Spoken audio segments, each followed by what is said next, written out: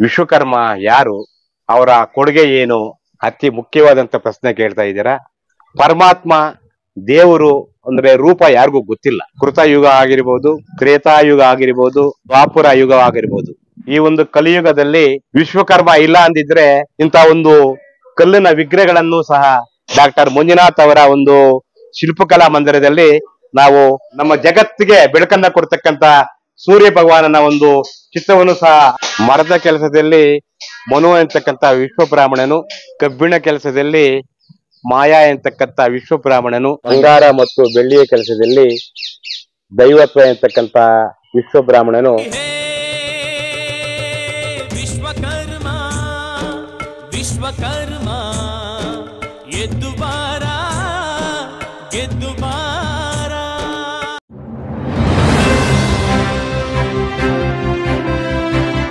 ಓಂ ಗುರುಭ್ಯೋ ನಮಃ. ಓಂ ಶ್ರೀ ಮದ್ವಿರಾಟ ವೀರ ಬ್ರಹ್ಮೇಂದ್ರ ಸ್ವಾಮಿಯೇ ನಮಃ. ಓಂ ಶ್ರೀ ಪ್ರಸನ್ನ ಕಾಳಕಾ ದೇವಯಾಯ ನಮಃ. ಓಂ ಶ್ರೀ ವಿಶ್ವಕರ್ಮ ಪರಬ್ರಹ್ಮಣೇ ನಮಃ. ಎಲ್ಲರಿಗೂ ನಮಸ್ಕಾರ. ಏನಿವತ್ತು ವಿಶ್ವಕರ್ಮ ಸಮುದಾಯದ ಎಲ್ಲ ನನ್ನ ಕುಲು ಬಾಂಧವರಿಗೂ, ನಾಡಿನ ಸಮಸ್ತ ನಾಗರಿಕ ಬಂಧುಗಳಿಗೂ ಶ್ರೀ ವಿಶ್ವಕರ್ಮ ಜಯಂತಿಯ ಆರ್ಥಿಕ ಶುಭಾಶಯಗಳನ್ನ ತಿಳಿಸುತ್ತಾ,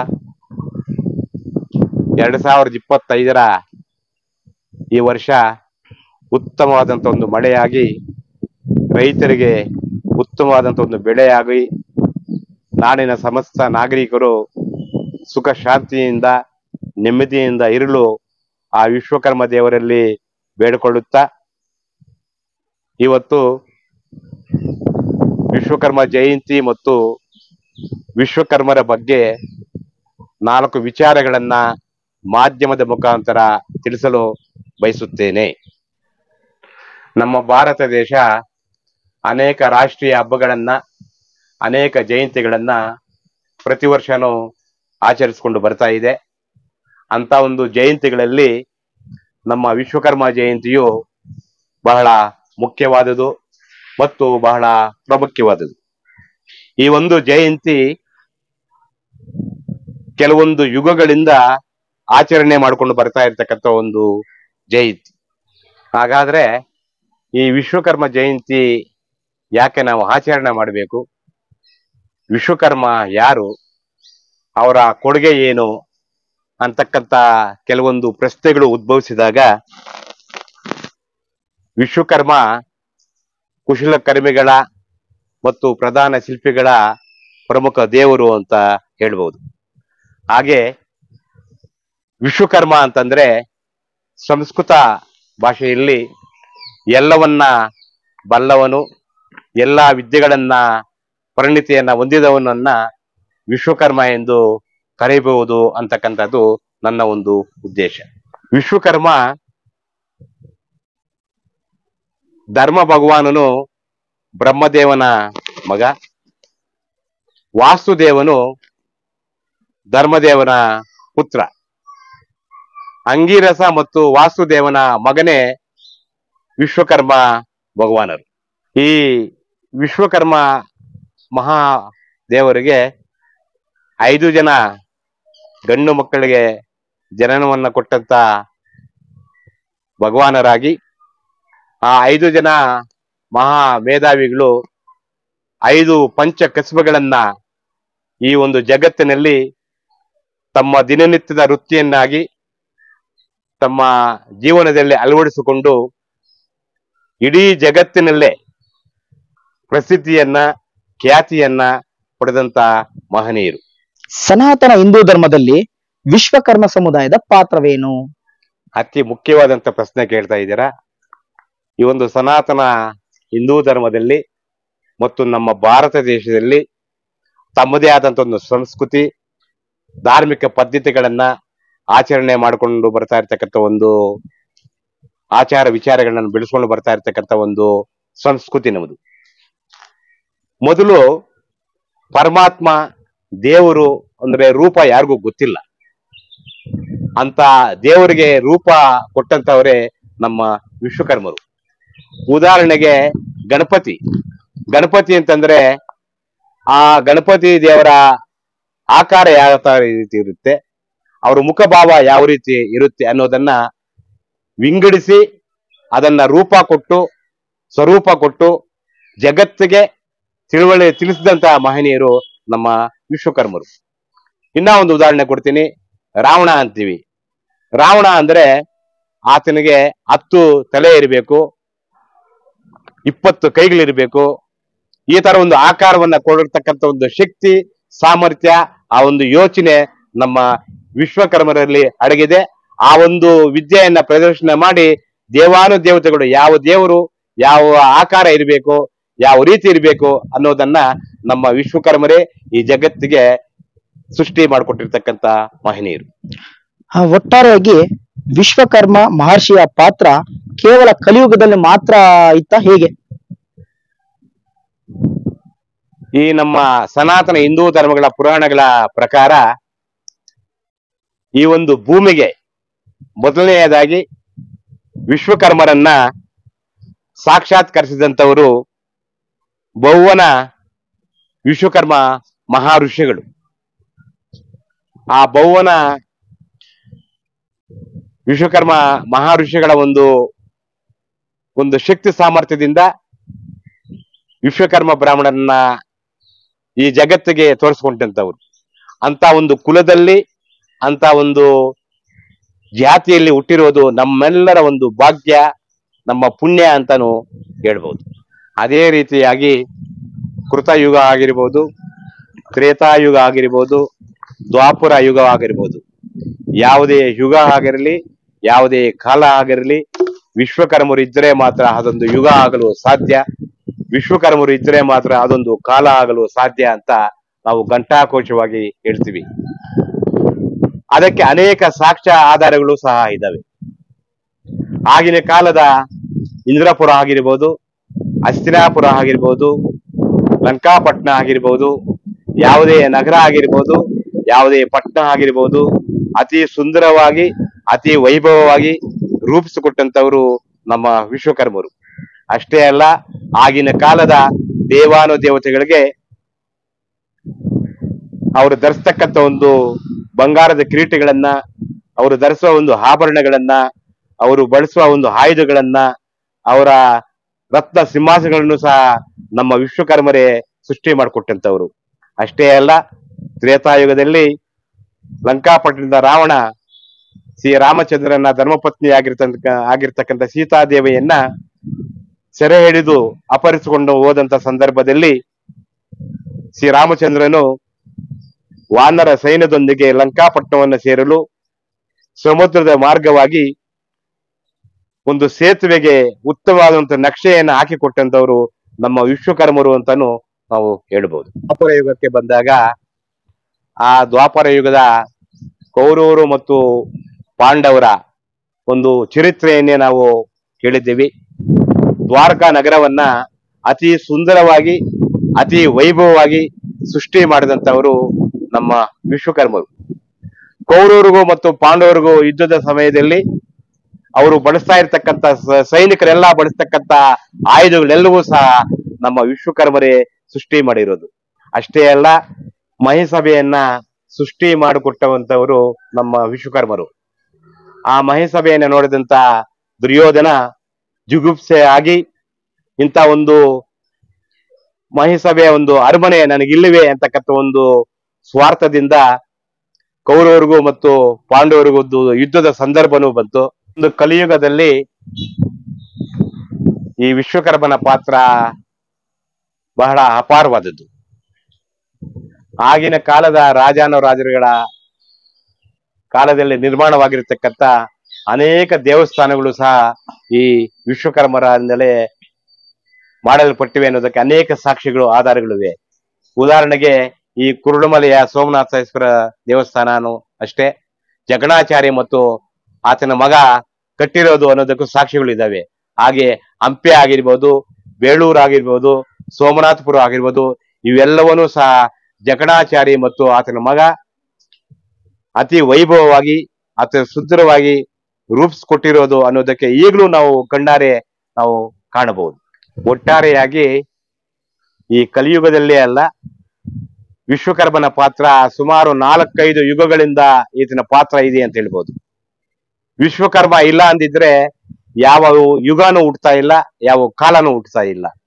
ಅಂತ ಒಂದು ಮಹತ್ವ, ಒಂದು ಸಾಮರ್ಥ್ಯವನ್ನ, ಅಂತ ಬುದ್ಧಿಶಕ್ತಿಯನ್ನ ಹೊಂದಿರೋದು ನಮ್ಮ ವಿಶ್ವಕರ್ಮರು ಅಂತ ಹೇಳೋದಕ್ಕೆ ನಾನು ಬಯಸ್ತೀನಿ. ವಿಶ್ವಕರ್ಮ ಎಂದ್ರೆ ಕೇವಲ ದೇವರುಗಳ ಮೂರ್ತಿಗಳನ್ನ ಕೆತ್ತನೆಗೆ ಮಾತ್ರ ಸೀಮಿತವಾಗಿತ್ತ? ಒಳ್ಳೆ ಪ್ರಶ್ನೆ ಕೇಳ್ತಾ ಇದ್ದೀರಾ. ವಿಶ್ವಕರ್ಮ ಭಗವಾನರಿಗೆ 5 ಜನ ಗಂಡು ಮಕ್ಕಳು. 5 ಜನ ಮಕ್ಕಳು ಸಹ 5 ಕರಕುಶಲ ಕೆಲಸಗಳಲ್ಲಿ ನಿರತರಾಗಿದ್ದರು. ಕಬ್ಬಿಣದಲ್ಲಿ ಮನು, ಮರದಲ್ಲಿ ಮಾಯ, ಕಂಚು ಮತ್ತು ತಾಮ್ರದಲ್ಲಿ ತ್ವಷ್ಟ, ಕಲ್ಲಿನ ಕೆಲಸದಲ್ಲಿ ಶಿಲ್ಪಿ, ಬಂಗಾರ ಮತ್ತು ಬೆಳ್ಳಿಯಲ್ಲಿ ದೈವತ್ವ. ಈ 5 ಜನ ಮಹನೀಯರು ಸಹ 5 ವಿಧವಾದಂತ ಕಸುಬು ಕೆಲಸಗಳನ್ನ ಮಾಡ್ತಾ ಇದ್ರು. ಸರ್, ವಿಶ್ವಕರ್ಮರ ಪಂಚಕುಲ ಕಸುಬುಗಳ ಬಗ್ಗೆ ಹೇಳ್ಬೇಕಾದ್ರೆ ಏನ್ ಹೇಳಕ್ ಇಷ್ಟ ಬಯಸ್ತಾರೆ? ವಿಶ್ವಕರ್ಮರ ಪಂಚ ಕುಲ ಕಸುಬುಗಳ ಹೇಳೋದಾದ್ರೆ, ಈ ಶಿಲ್ಪಿ ಕೆಲಸದಲ್ಲಿ ಶಿಲ್ಪಿ ಅಂತಕ್ಕಂಥ ಮಹಾನುಭಾವರು ಇಡೀ ಎಲ್ಲಾ ಯುಗಗಳಲ್ಲಿಯೂ ಸಹ ಅನೇಕ ರೀತಿಯ ಗೋಪುರಗಳನ್ನ, ದೇವಸ್ಥಾನಗಳನ್ನ, ಅನೇಕ ಕೋಟೆಗಳನ್ನ ನಿರ್ಮಿಸಿದಂತಹ ಮಹಾನುಭಾವರು. ಇಂಥ ಒಂದು ಕಲ್ಲಿನ ವಿಗ್ರಹಗಳನ್ನು ಸಹ ಆ ಶಿಲ್ಪಿ ಮಹಾನುಭಾವರೇ ಸೃಷ್ಟಿ ಮಾಡಿರ್ತಕ್ಕಂಥದ್ದು. ಮತ್ತು ಈಗಿನ ಯುಗದಲ್ಲಿ ಅನೇಕ ರೀತಿಯ ವೈಭವ ಇರ್ತಕ್ಕಂಥ ಶಿಲ್ಪಕಲೆಯ ದೇವಸ್ಥಾನಗಳನ್ನ ನಿರ್ಮಾಣ ಮಾಡಿ, ಅತಿ ಸುಂದರವಾದ ಕಲ್ಲಿನ ಮೂರ್ತಿಗಳನ್ನ ಸೃಷ್ಟಿ ಮಾಡಿ, ಇಡೀ ಜಗತ್ತಿನಲ್ಲೇ ಒಂದು ಹೆಸರನ್ನ ಪಡೆದಂತವರು ಕಲ್ಲಿನ ಕೆಲಸ ಮಾಡ್ತಕ್ಕಂಥ ನಮ್ಮ ಶಿಲ್ಪಿ ಮಹಾನುಭಾವರು. ಈ ಕಲ್ಲಿನ ಶಿಲ್ಪಿ ಕೆಲಸದಲ್ಲಿ ಇಡೀ ನಮ್ಮ ಕರ್ನಾಟಕದಲ್ಲಿ, ಅದು ನಮ್ಮ ಕೋಲಾರ ಜಿಲ್ಲೆಯಲ್ಲಿ, ನಮ್ಮ ಶ್ರೀನಿವಾಸಪುರ ತಾಲೂಕಿನ ಉಪ್ಪುಕುಂಟೆ ಗ್ರಾಮದಲ್ಲಿ ಈ ಶಿಲ್ಪಿ ಕೆಲಸವನ್ನ ಮಾಡ್ತಾರೆ.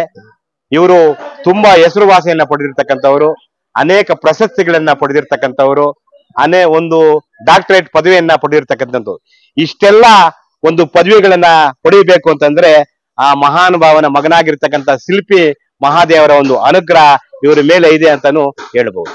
ಒಂದು ಅನೇಕ ಪ್ರಶಸ್ತಿಗಳನ್ನ, ಜಿಲ್ಲಾ ಮಟ್ಟದ ಪ್ರಶಸ್ತಿಗಳನ್ನ, ರಾಜ್ಯ ಮಟ್ಟದ ಪ್ರಶಸ್ತಿಗಳನ್ನ, ರಾಷ್ಟ್ರ ಮಟ್ಟದ ಪ್ರಶಸ್ತಿಗಳನ್ನ ಪಡೆದು ಒಂದು ವಿಭಿನ್ನ ರೀತಿಯ ಡಾಕ್ಟರೇಟ್ ಪದವಿಯನ್ನ ಪಡೆದಿರ್ತಕ್ಕಂಥ ಡಾಕ್ಟರ್ ಮಂಜುನಾಥ್ ಅವರ ಒಂದು ಶಿಲ್ಪಕಲಾ ಮಂದಿರದಲ್ಲಿ ನಾವು ಈ ಒಂದು ಶಿಲ್ಪಕಲೆ ವೈಭವವನ್ನ ಕಣ್ಣಾರೆ ಕಾಣ್ತಾ ಇದ್ದೀವಿ. ಇಂಥ ಒಂದು ಶಿಲ್ಪಕಲೆ ಇಡೀ ನಮ್ಮ ಕರ್ನಾಟಕದಲ್ಲಿ ಅಲ್ಲದಿರ ಅನೇಕ ರಾಜ್ಯಗಳಲ್ಲೂ ಸಹ ಒಂದು ಉತ್ತಮವಾದ ಹೆಸರನ್ನ ಪಡೆದಿರ್ತಕ್ಕಂಥ ಒಂದು ಶಿಲ್ಪಕಲಾ ಕ್ಷೇತ್ರ ಅಂದ್ರೆ ಈ ಉಪ್ಪುಕುಂಟೆ ಗ್ರಾಮ. ಈ ಕಲೆ ಹುಟ್ಟಿರೋದು ಶಿಲ್ಪಿ ಬ್ರಹ್ಮಣ್ಯದಿಂದ ಅಂತಾನು ಹೇಳ್ಬಹುದು. ಕಂಚು ಮತ್ತು ತಾಮ್ರದ ವೃತ್ತಿಯಲ್ಲಿ ಸ್ಪಷ್ಟ ಅಂತಕ್ಕಂಥ ವಿಶ್ವಬ್ರಾಹ್ಮಣ ಅನೇಕ ರೀತಿಯ ದೇವತಾ ಮೂರ್ತಿಗಳನ್ನ, ದೇವತಾ ಕವಚಗಳನ್ನ, ಗೃಹ ಬಳಕೆಯ ಎಲ್ಲ ವಸ್ತುಗಳನ್ನ ಅತಿ ಸುಂದರವಾಗಿ, ಅತಿ ವೈಭವವಾಗಿ ರೂಪಿಸಿ ಉತ್ತಮವಾದಂತ ಒಂದು ಹೆಸರನ್ನ ಪಡೆದಂತ ವಿಶ್ವಬ್ರಾಹ್ಮಣರು. ಅಂತ ವಿಶ್ವಬ್ರಾಹ್ಮಣರ ಕುಲು ವೃತ್ತಿಯಲ್ಲಿ ಈ ಉಪ್ಪುಕುಂಟೆ ಗ್ರಾಮದಲ್ಲಿಯೂ ಸಹ ಆ ವೃತ್ತಿಯನ್ನ ಮುಂದುವರಿಸಿಕೊಂಡು ಬಂದಿದೆ. ಸುಮಾರು 300 ವರ್ಷಗಳ ಒಂದು ಇತಿಹಾಸ ಇದೆ ಈ ಒಂದು ಕ್ಷೇತ್ರಕ್ಕೆ. ಅಂತ ಒಂದು ಕಂಚು ಮತ್ತು ತಾಮ್ರದ ಕೆಲಸದಲ್ಲಿ ಉತ್ತಮವಾದಂತ ಹೆಸರನ್ನ ಪಡೆದಂತ ನಮ್ಮ ಇಡೀ ಜಿಲ್ಲೆಯಲ್ಲಿ ಇದೊಂದು ಪ್ರಥಮ ಸ್ಥಾನದ ಜಾಗ ಅಂತಾನು ನಾವು ಹೇಳ್ಬಹುದು. ನೋಡಿ, ಈ ಉಪ್ಪುಕುಂಟೆ ಶಿಲ್ಪಕಲಾ ಕ್ಷೇತ್ರದಲ್ಲಿ ಅತಿ ಸುಂದರವಾಗಿ ರೂಪಿಸಿರ್ತಕ್ಕಂಥ ಕಂಚು ಮತ್ತು ತಾಮ್ರದ ಒಂದು ವಿಗ್ರಹಗಳು ನೋಡಿ. ರಾಮದೇವರ ಒಂದು ವಿಗ್ರಹ, ಲಕ್ಷ್ಮಣ ವಿಗ್ರಹ, ಸೀತಾದೇವರ ವಿಗ್ರಹ ಮತ್ತು ಆಂಜನೇಯನ ವಿಗ್ರಹ ಮತ್ತು ದೇವತೆಗಳ ಒಂದು ವಿಗ್ರಹಗಳನ್ನ, ಅನೇಕ ಒಂದು ವಿಧವಾದಂತ ವಿಗ್ರಹಗಳನ್ನ ಸೃಷ್ಟಿ ಮಾಡ್ತಕ್ಕಂಥ ಒಂದು ಜಾಗ ಅಂತಂದ್ರೆ ನಮ್ಮ ಉಪ್ಪುಕುಂಟೆ ಗ್ರಾಮ ಅಂತಾನು ಈ ಸಮಯದಲ್ಲಿ ನಾವು ಹೇಳ್ಬಹುದು. ಪ್ರತಿದಿನ ನಮಗೆ ನಮ್ಮ ಜಗತ್ತಿಗೆ ಬೆಳಕನ್ನ ಕೊಡ್ತಕ್ಕಂಥ ಸೂರ್ಯ ಭಗವಾನನ ಒಂದು ಚಿತ್ರವನ್ನು ಸಹ ಅತಿ ಸುಂದರವಾಗಿ ರೂಪಿಸಿದ್ದಾರೆ. ಹಾಗೆ ಅನೇಕ ರೀತಿಯ ಪ್ರಭಾವಳಿಗಳನ್ನ, ವಿಷ್ಣು ಮೂರ್ತಿಗಳನ್ನ, ಗರುಡು ವಾಹನಗಳನ್ನ, ಅನೇಕ ವಿಧವಾದ ದೇವರುಗಳ ವಿಗ್ರಹವನ್ನ ಅತಿ ಸುಂದರವಾಗಿ ರೂಪಿಸ್ತಕ್ಕಂಥ ಒಂದು ಜಾಗ ಅಂದ್ರೆ ನಮ್ಮ ಉಪ್ಪುಕುಂಟೆ ಗ್ರಾಮ. ಈ ಎಲ್ಲಾ ಕೆಲಸಗಳನ್ನು ಸಹ ನಮ್ಮ ವಿಶ್ವಕರ್ಮ ಬ್ರಾಹ್ಮಣರಿಂದಲೂ ಸಾಧ್ಯ ಅಂತಾನು ಹೇಳಲು ನಾನು ಬಯಸುತ್ತೇನೆ. ಹಿತ್ತಾಳೆ ಮತ್ತು ತಾಮ್ರದ ಕೆಲಸ ಸ್ಪಷ್ಟ ಮಹಾ ವಿಶ್ವ ಬ್ರಾಹ್ಮಣರಿಂದ ಈ ಕೆಲಸ ಸೃಷ್ಟಿಯಾಯಿತು ಅಂತಾನು ನಾವು ಹೇಳ್ಬೋದು. ನಾವು ಇವಾಗ ಕೋಲಾರ ಜಿಲ್ಲೆ ಮುಳಬಾಗಿಲು ಶ್ರೀನಿವಾಸಪುರ ತಾಲೂಕು ಉಕ್ಕುಂಟೆ ಗ್ರಾಮದಲ್ಲಿದ್ದೀವಿ. ಈ ಒಂದು ಶಿಲ್ಪಕಲಾ ಕ್ಷೇತ್ರ ಕಾಡಕಾಂಬ ಸೃಷ್ಟಿ ಶಿಲ್ಪಕಲಾ ಮಂದಿರ ಅಂತ.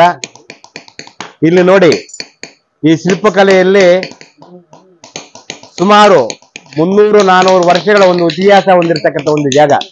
ತನ್ನ ಜೀವನವನ್ನ ಸಾಗಿಸ್ತಾ ಇರ್ತಕ್ಕಂಥ ನಮ್ಮ ವಿಶ್ವಕರ್ಮ ಬ್ರಾಹ್ಮಣರು ಈ ಒಂದು ವೃತ್ತಿಯನ್ನ ಅತಿ ಹೆಚ್ಚಾಗಿ ನಮ್ಮ ಜಿಲ್ಲೆಯಲ್ಲೇ ಉನ್ನತ ಒಂದು ಸ್ಥಾನವನ್ನ ಪಡೆದಿರ್ತಕ್ಕಂಥ ಸ್ಥಳ ಉಕ್ಕುಂಟೆ ಗ್ರಾಮ ಅಂತ ಹೇಳ್ಬೋದು.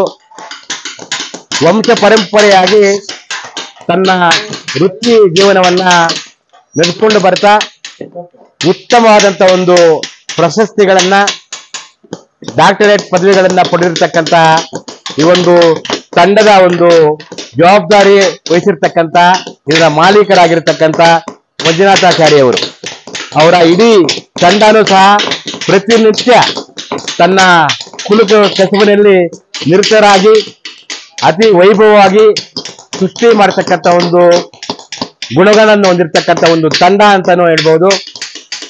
ಇಂತಹ ಕಲೆಯನ್ನ ಇಡೀ ನಮ್ಮ ಸಮಾಜ ಮತ್ತಷ್ಟು ಬೆಳೆಸಬೇಕು ಅಂತಂದ್ರೆ ಇಂಥ ಒಂದು ಕುಲಕಸುಬಿನ ಎಲ್ಲ ಕೆಲಸಗಾರರು ಉನ್ನತವಾದಂಥ ಒಂದು ಮರ್ಯಾದೆಯನ್ನ, ಒಂದು ಜವಾಬ್ದಾರಿಯನ್ನ ತಾವೆಲ್ಲರೂ ಕೊಟ್ಟಾಗ ಮಾತ್ರ ಒಂದು ಈ ಶಿಲ್ಪಕಲೆ ಮತ್ತಷ್ಟು ನಮ್ಮ ದೇಶದಲ್ಲಿ ಉನ್ನತ ಸ್ಥಿತಿಗೆ ಏರಲು ಸಾಧ್ಯ ಅಂತ ಹೇಳಕ್ಕೆ ನಾನು ಇಷ್ಟಪಡ್ತೀನಿ. ಮರದ ಕೆಲಸದಲ್ಲಿ ಮನು ಅಂತಕ್ಕಂಥ ವಿಶ್ವ ಬ್ರಾಹ್ಮಣನು ಅನೇಕ ವಿಧವಾದಂತ ಒಂದು ಸುಂದರವಾದಂತ ಮರದ ಗೊಂಬೆಗಳನ್ನ, ಮರದಲ್ಲಿ ಒಂದು ಅನೇಕ ರೀತಿಯ ದೇವರ ಮೂರ್ತಿಗಳನ್ನ ಸೃಷ್ಟಿ ಮಾಡಿ ಮತ್ತು ನಮ್ಮ ದಿನನಿತ್ಯದ ಉಪಯೋಗಕ್ಕೆ ಮತ್ತು ಗೃಹೋಪಯೋಗಿ ವಸ್ತುಗಳಾಗಿರ್ತಕ್ಕಂಥ ಪೀಠೋಪಕರಣಗಳನ್ನು ಸಹ ಈ ಮನು ಅಂತಕ್ಕಂಥ ವಿಶ್ವ ಬ್ರಾಹ್ಮಣ ಸೃಷ್ಟಿ ಮಾಡಿದನು ಅಂತಾನು ಹೇಳ್ಬೋದು. ಸಾಮಾನ್ಯವಾಗಿ ಒಂದು ಮನೆ ಒಂದು ಅಥವಾ ಅರಮನೆಯನ್ನು ನಿರ್ಮಾಣ ಮಾಡಬೇಕಾದ್ರೆ ಮೊಟ್ಟ ಮೊದಲನೇದಾಗಿ ಬಾಕಲು ಮುಖ್ಯ. ಆ ಒಂದು ಅತಿ ಸುಂದರವಾದ ಬಾಕಲನ್ನ, ಕಿಟಕಿಗಳನ್ನ, ಪೀಠೋಪಕರಣಗಳನ್ನ ಸೃಷ್ಟಿ ಮಾಡಿದಂಥವರು ಮನು ಎಂತಕ್ಕಂಥ ವಿಶ್ವ ಬ್ರಾಹ್ಮಣ. ಕಬ್ಬಿಣ ಕೆಲಸದಲ್ಲಿ ಮಾಯಾ ಎಂತಕ್ಕಂಥ ವಿಶ್ವ ಬ್ರಾಹ್ಮಣನು ನಮ್ಮ ಇಡೀ ಜಗತ್ತೇ ಯಾವುದೇ ಒಂದು ಕೆಲಸವನ್ನ ಮಾಡಬೇಕಾದ್ರೂ ಈ ಕಬ್ಬಿಣ ಬಹಳ ಮುಖ್ಯ. ಅಂತ ಸುಂದರವಾದಂತೊಂದು ಉಪಕರಣಗಳನ್ನ, ಸಲಕರಣೆಗಳನ್ನ ಮಾಡೋದರಲ್ಲಿ ನೈಪುಣ್ಯತೆಯನ್ನ ಪಡೆದಿರ್ತಕ್ಕಂಥವರು ಮಾಯಾ ಅಂತ ಹೇಳ್ಬಹುದು.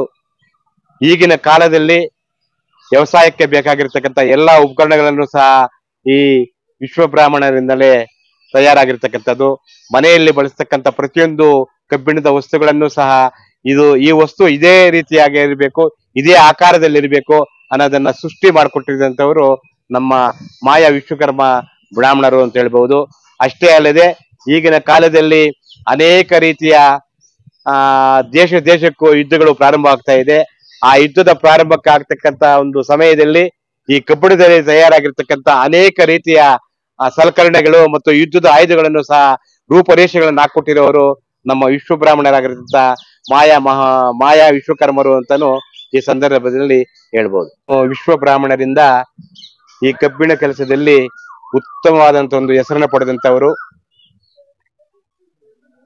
ಈಗಿನ ಕಾಲದ ಮತ್ತು ಯಾವುದೇ ಕಾಲ ಆಗಿರ್ಬೋದು, ಒಂದು ವ್ಯವಸಾಯವನ್ನು ಮಾಡಬೇಕಾದ್ರೆ ಮುಖ್ಯವಾಗಿ ನೇಗಿಲು ಬೇಕು. ಆ ನೇಗಿಲಿಗೆ ಒಂದು ಕಾರ್ಯ ಬೇಕು, ಒಂದು ಶರ್ಕೆ ಬೇಕು, ಒಂದು ಗಡಾರ ಬೇಕು, ಒಂದು ಕುಡ್ಗೋಲು ಬೇಕು, ಒಂದು ಮುಚ್ಚು ಬೇಕು. ಇವೆಲ್ಲವನ್ನ ಇದೇ ರೀತಿಯಾಗಿ ಇರಬೇಕು ಅನ್ನೋದನ್ನ ತನ್ನ ಒಂದು ಜ್ಞಾನ ಶಕ್ತಿಯಿಂದ ಸೃಷ್ಟಿ ಮಾಡಿದಂತವರು ಅಂದ್ರೆ ಮಾಯಾ ವಿಶ್ವಕರ್ಮ ಬ್ರಾಹ್ಮಣರು ಅಂತಾನು. ಅನೇಕ ರಾಜಾನುರಾಜಿಗಳ ಒಂದು ಯುದ್ಧದ ಸಮಯದಲ್ಲಿ ಅವರು ಉಪಯೋಗಿಸ್ತಕ್ಕಂಥ ಕತ್ತಿಗಳಾಗಿರ್ಬೋದು, ಗದೆಗಳಾಗಿರ್ಬೋದು, ಯಾವುದೇ ಯುದ್ಧದ ಆಯುಧಗಳನ್ನು ಸಹ ಅತಿ ಸೂಕ್ಷ್ಮವಾಗಿ, ಅತಿ ಚುರುಕಾಗಿ, ಅತಿ ಗಟ್ಟಿಮುಟ್ಟಾಗಿ ತಯಾರು ಮಾಡಿಕೊಟ್ಟಂತವರು ನಮ್ಮ ಮಾಯಾ ಬ್ರಹ್ಮ ವಿಶ್ವಕರ್ಮರು ಅಂತಾನು ಹೇಳ್ಬೋದು. ಬಂಗಾರ ಮತ್ತು ಬೆಳ್ಳಿಯ ಕೆಲಸದಲ್ಲಿ ದೈವತ್ವ ಎಂತಕ್ಕಂತ ವಿಶ್ವಬ್ರಾಹ್ಮಣನು ಅನೇಕ ಸುಂದರವಾದಂತಹ ಆಭರಣಗಳನ್ನ, ಬೆಳ್ಳಿಯ ವಿಗ್ರಹಗಳನ್ನ, ಬೆಳ್ಳಿಯ ವಸ್ತುಗಳನ್ನ ರೂಪಿಸುವಲ್ಲಿ ಉತ್ತಮ ಒಂದು ಸಾಧನೆಯನ್ನ ಪಡೆದಂತವರು ಅಂತ ಹೇಳ್ಬೋದು. ಈ ಒಂದು ಬಂಗಾರ ಮತ್ತು ಬೆಳ್ಳಿಯ ಒಂದು ಆಭರಣಗಳನ್ನ ಎಲ್ಲಾ ಯುಗಗಳಲ್ಲಿಯೂ ಸಹ ಅವರಿಗೆ ಸುಂದರವಾಗಿ ದೇವತೆಗಳಿಂದ ಹಿಡಿದು ರಾಜ ಮಹಾರಾಜರಿಗೂ ಸಹ ಈ ಬಂಗಾರ ಮತ್ತು ಬೆಳ್ಳಿಯ ವಿಗ್ರಹಗಳನ್ನ, ವಸ್ತುಗಳನ್ನ, ಆಭರಣಗಳನ್ನ ಮಾಡಿಕೊಟ್ಟಂತವರು ನಮ್ಮ ದೈವತ್ವ ವಿಶ್ವಬ್ರಾಹ್ಮಣರು ಅಂತಾನು ಈ ಸಮಯದಲ್ಲಿ ಹೇಳ್ಬೋದು. ಒಟ್ಟಾರೆಯಾಗಿ ವಿಶ್ವಕರ್ಮದ ಬಗ್ಗೆ ಬಹಳಷ್ಟು ವಿಚಾರಗಳನ್ನ ತಿಳಿಸಿದ್ದೀರಾ. ಕೊನೆಯದಾಗಿ ಹೇಳ್ಬೇಕಂದ್ರೆ ಏನ್ ಹೇಳೋದಕ್ಕೆ ಬಯಸ್ತೀರಾ? ಒಟ್ಟಾರೆಯಾಗಿ ಹೇಳ್ಬೇಕು ಅಂತಂದ್ರೆ, ಈ ಜಗತ್ತಿನಲ್ಲಿ ಪಂಚ ಕಸಬುಗಳಲ್ಲಿ ಪ್ರಾಧ್ಯಾತೆಯನ್ನು ಕೊಟ್ಟಿರ್ತಕ್ಕಂಥ ಒಂದು ವೈಭವವನ್ನ ಉಳಿಸುವುದು, ಬೆಳೆಸುವುದು ನಮ್ಮ ವಿಶ್ವಕರ್ಮರದು ಮತ್ತು ನಾಡಿನ ಸಮಸ್ತ ಜನರದು ಅಂತ ಹೇಳ್ತೀವಿ. ಇವತ್ತು ಈ ವಿಶ್ವಕರ್ಮ ಜಯಂತಿ ಮತ್ತು ವಿಶ್ವಕರ್ಮರ ಬಗ್ಗೆ 4 ಮಾತುಗಳನ್ನ ಮಾಧ್ಯಮದ ಮುಖಾಂತರ ಹಂಚಿಕೊಳ್ಳಲು ನನಗೆ ಅವಕಾಶ ಮಾಡಿಕೊಟ್ಟಂತ ತಮಗೆಲ್ಲರಿಗೂ ವಂದನೆಗಳು. ಜೈ ವಿಶ್ವಕರ್ಮ. ಸರ್ವೇ ಜನ ಸುಖಿನೋ ಭವಂತು.